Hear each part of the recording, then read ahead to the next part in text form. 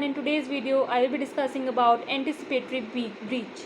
An anticipatory breach of contract is an action that shows one party's intention to fail to fulfill its contractual obligations to another party. An anticipatory breach ends the counterparty's responsibility to perform the duties.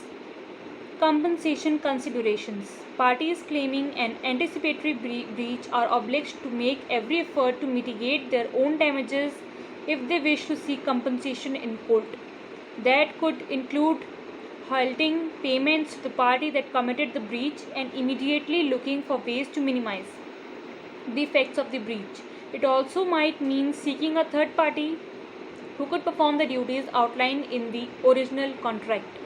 Requirements for an anticipatory breach.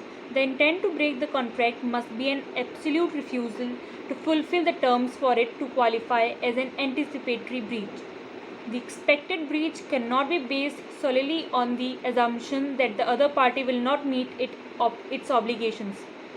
If the anticipatory breach involves the sale of goods, then Section 2609 of the Union Commercial Code (UCC) also lays down several requirements.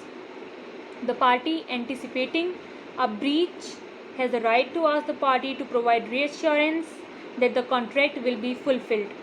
While awaiting assurance, payments and other duties can and should be stopped. If the other party does not offer the proper assurance within the 30 days, the contract is officially breached. Example of an anticipatory breach. Let's say a real estate developer contracts an architecture firm to create plans for a new building by a specific deadline. If the developer requests regular updates on the project and is not pleased with the latest results, this is not grounds to claim an anticipatory breach. The architects may be behind schedule while continuing to work on the project. Such a circumstance still leaves the possibility that the architects might meet their deadline if corrective steps are taken.